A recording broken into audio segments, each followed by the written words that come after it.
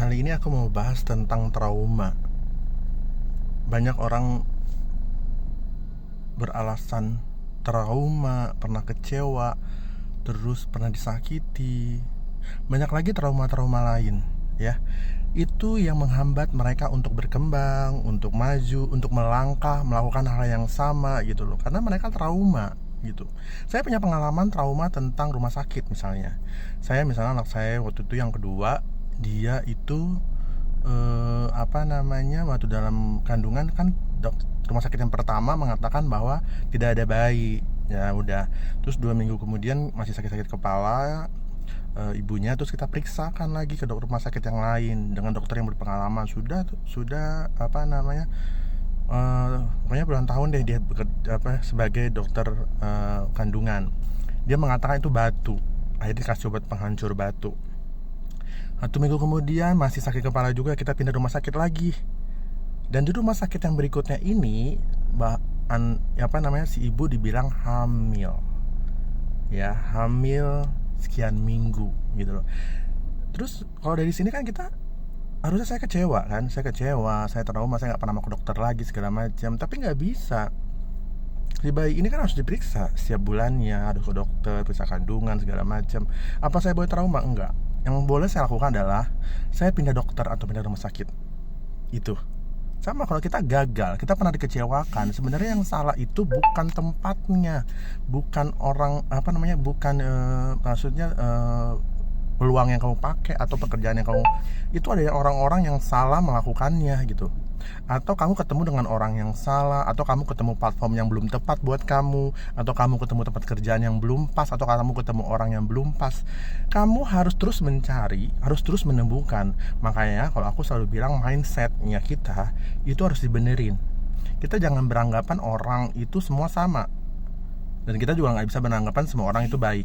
Gak bisa. Karena orang itu udah ada tipikalnya masing-masing, karakternya masing-masing, sifatnya masing-masing. Kita ambil baiknya, buang buruknya. Jadi aku selalu dari dulu beranggapan bahwa setiap orang yang mengundang aku, mengajak aku untuk bertemu, aku lihat dulu orang ini seperti apa kredibilitasnya. Aku akhirnya mengatakan iya dan tidak itu tergantung kredibilitas beliau, kredibilitas orang ini. Tapi selama undangan itu tidak merugikan, misalkan dia ajak saya ketemu di mall atau kafe atau ngopi atau apa, ya saya ketemu aja.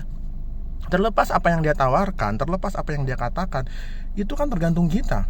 Kita accept atau enggak itu tergantung kita. Semua hal yang terjadi itu karena keinginan kita atau karena izin kita, ya. Walaupun juga itu juga karena izin Tuhan juga untuk menemukan. Tapi kan kita bisa gitu ya. Jangan sampai kita tuh sudah menerima, kita mengiyakan, kita juga yang kesel, kita yang kecewa, kita yang malas, kita yang marah segala macam. Nggak bisa, ya. Jadi kita tetap harus berjuang menjadikan apa yang kita inginkan itu tercapai dengan cara yang berbeda. Impiannya nggak boleh dirubah, tujuannya nggak boleh dirubah. Mungkin karena kamu bekerja atau kamu berusaha atau kamu melakukan apa untuk tujuan kamu. Ini berlaku untuk yang muda, yang setengah muda atau yang tua pun terserah. Ini berlaku. Dalam hidup ini kekecewaan, kepahitan, nangis, tertawa, itu semua pasti akan dialami. Karena tak ada pesta yang tak usai. Karena semua itu akan terjadi. Mau baik, buruk itu harus dilalui. And the end akan ada hasil dari semua itu. Hasilnya adalah kita semakin kuat, kita semakin ngerti bahwa hidup itu tuh seperti ini ya. Hidup tuh dulu gak pernah seperti ini ya, gitu. Makanya kenapa ada masa anak-anak, masa remaja, masa dewasa, dan masa kejayaan. Dan masa kejayaan juga gak lama. Biasanya ada masa ujian, cobaan, ya. Jadi kita itu harus mengerti. Kecewa boleh, tapi menutup diri itu tidak baik.